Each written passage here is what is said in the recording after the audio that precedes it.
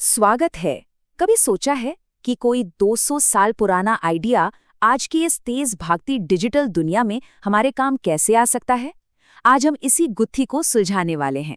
तो सवाल ये उठता है कि एआई और एल्गोरिदम के इस दौर में कोई अपनी अंदर की आवाज पर भरोसा करे तो करे कैसे। लेकिन मजे की बात यह है कि ये सवाल कोई नया नहीं है। आज से सदियों पहले 19वीं सदी में भी कुछ विचारक इसी उलझन से गुजर रहे थे। और जानते हैं उन्होंने अपने इस सवाल का जवाब क्या दिया? उन्होंने इसे नाम दिया ट्रांसेंडेंटलिज्म। हाँ, तो ये सब शुरू हुआ था 1820 और 30s के दशक में न्यू इंग्लैंड में। वहाँ विचारों का एक नया आंदोलन पनप रहा था जो देखते ही देखते एक बहुत बड़ी बौद्धिक और सांस्कृतिक शक्ति बन गया। तो आखिर ये ट्रांसेंडेंटलिज्म है क्या? देखिए, असल में ये उस वक्त के जो भी तौर तरीके थे, जो भी धार्मिक और सामाजिक नियम थे, उनके खिलाफ एक तरह का विद्रोह था। इसका मानना था कि असली ज्ञान, सच्ची समझ हमें किसी बाहरी संस्था या किताब से नहीं मिलती, वो तो हमारे अंदर से ही आती है। अगर हम इनके मूल विचारों को देखें तो वे वाकई में उस जमाने के हिसाब से बहुत क्रांतिकारी थे। उन्होंने हर इंसान की अपनी आत्मा को सबसे ऊपर रखा और समाज के बने बनाए ढांचे को सीधी चुनौती डाली। लेकिन जैसा कि हर बड़े विचार के साथ होता है, ये भी परफेक्ट नहीं था। ट्रांसेंडेंटलिज्म एक दो-धारी तलवार की तरह था। इसमें कुछ कमाल की खूबियां थीं तो कुछ बहुत बड़ी खामियां भी थीं। एक तरफ तो इसने व्यक्तिगत आज़ादी और सामाजिक सुधार की एक क्रांति ही ला दी। इस सोच ने हर इंसान की अहमियत पर जोर दिया और ये बात उस समय के लिए बहुत बड़ी थी। इसी ने सामाजिक न्याय की लड़ाई के लिए एक मजबूत नैतिक जमीन तैयार की। लेकिन दूसरी तरफ इसकी कुछ गंभीर कमजोरियां भी थीं। आलोचकों ने सवाल उठाया कि खुद पर इतना ज्यादा ध्यान देना कहीं इंसान को समाज से अलग थलग तो नहीं कर देगा। और ये भी कहा गया कि इसके जो बड़े बड़े आदर्श थे वो आम मजदूर वर्ग की पहुंच से बहुत दूर थे।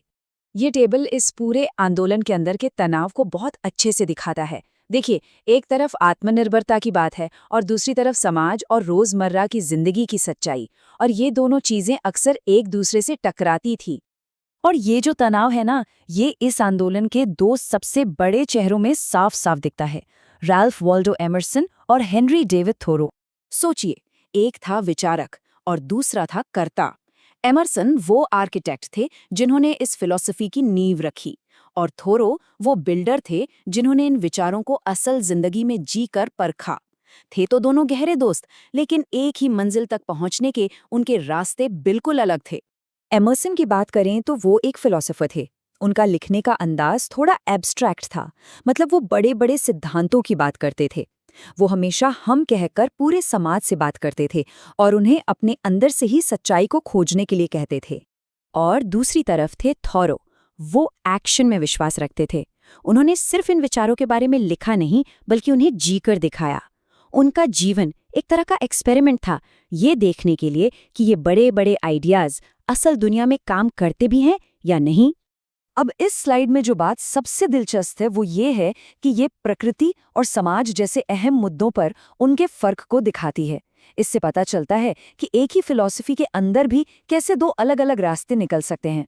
तो इसे ऐसे समझ सकते हैं कि एमर्सन ने हमें बताया क्यों और थॉरो ने दिखाया कैसे।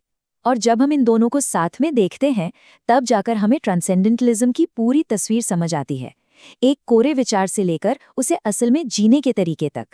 चलिए, अब सबसे जरूरी सवाल पर आते हैं। ये 200 साल पुरानी सोच आज हमारे किस काम आ सकती है?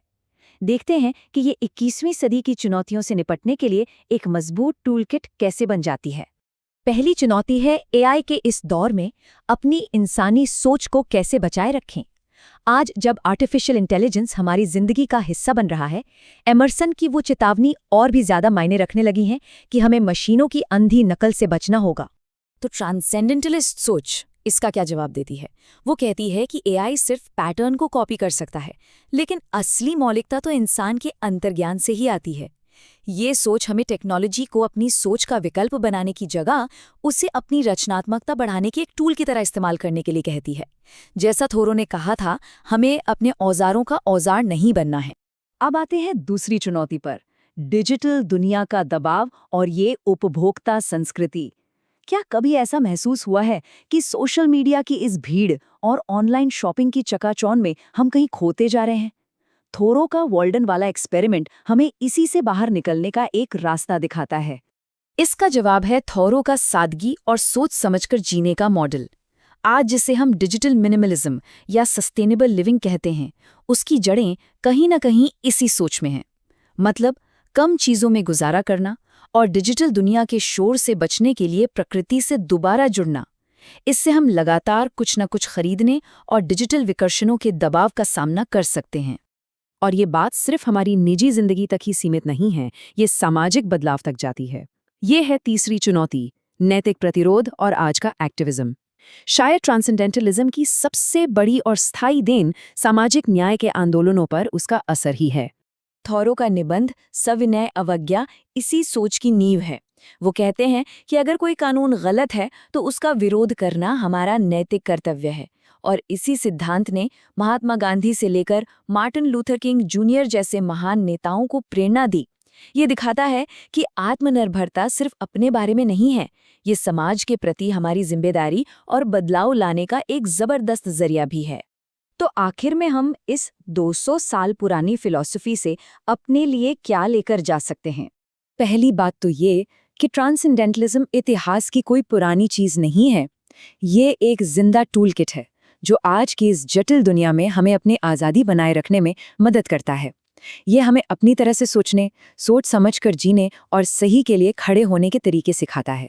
एमर्सन और थोरो की विरासत हमें यही याद दिलाती है कि जवाब बाहर नहीं बल्कि हमारे अंदर ही मौजूद है। तो सवाल ये है कि इस दुनिया में जो हर किसी को एक जैसा बनाना चाहती है, ज्यादा सोच समझकर और अपने तरीके से जीने के लिए आज ऐसा क्या एक काम किया जा सकता है?